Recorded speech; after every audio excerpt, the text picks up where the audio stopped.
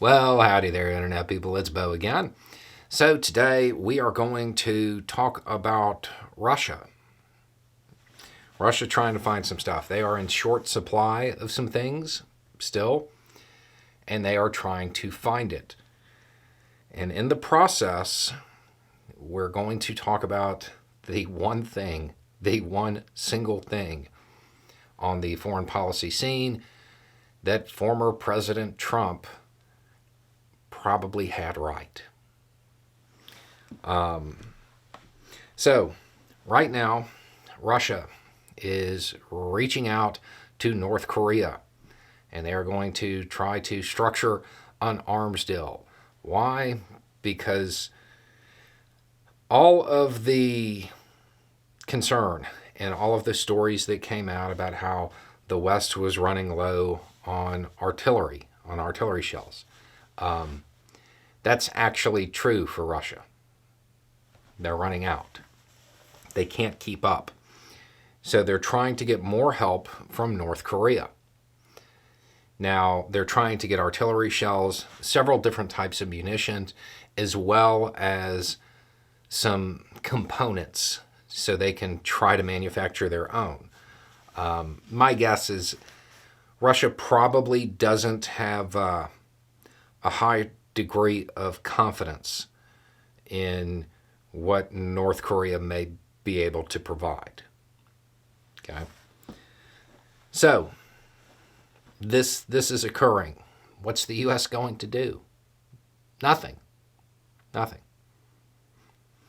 Kirby said it best.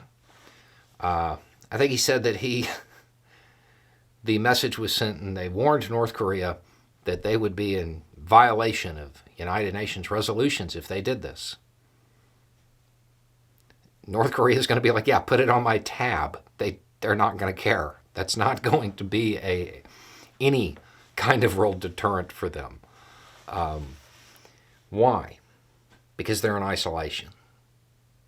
Because they're in isolation. They're not part of the international community, therefore they don't care about international pressure. It's that simple. They know the U.S. isn't going to invade over an arms deal. So there's no reason not to make it.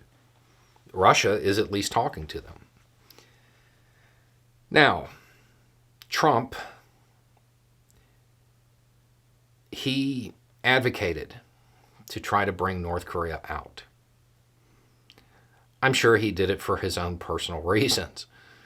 But bringing North Korea out of isolation is the right move. Trying to bring them back into the international community is the right move. Was Trump successful at it? No. But I'm convinced the theory is sound. The U.S. doesn't have anything. The West doesn't have anything. Nobody has any leverage. There's nothing to exert when it comes to North Korea because they're so isolated. At some point, it's gonna have to be the move that's made. Right now, the United States is in a mindset where it is continuing something because that's the way it's always been done. And that's the way we've always dealt with North Korea. All of this time, and it hasn't really produced any results, right? There's probably a reason. So my expectation is that Russia will, in fact, be able to work out this deal. They will, in fact, get something from North Korea. Now, one of the other things that's at play is like many militaries in authoritarian countries with a strongman figurehead, their inventory levels may not be as good as those at the top believe they are. They may not be well maintained or stored. So while I do believe the deal will get worked out, I do believe Russia will end up getting stuff from North Korea. As far as the quality or the quantity, well, that's really way up in the air. That could be all over the place. because it is unlikely that North Korea actually has the reserves that it claims it does. Now, those numbers, my guess is that those people at the top, they believe those are the real numbers. And they may work out a deal based on those numbers that are probably fictitious. And then maybe North Korea can't live up to its end of the bargain, or maybe the North Korean brass in the military, maybe they play up the threat from South Korea or something and get North Korean officials to kind of lower what they're willing to provide. But I don't feel like it's going to be a windfall for Russia.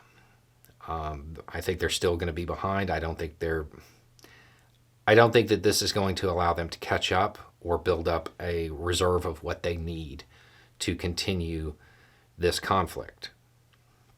Now, the flip side to this is that South Korea has allocated, I want to say, almost $400 million in aid for Ukraine for the next year.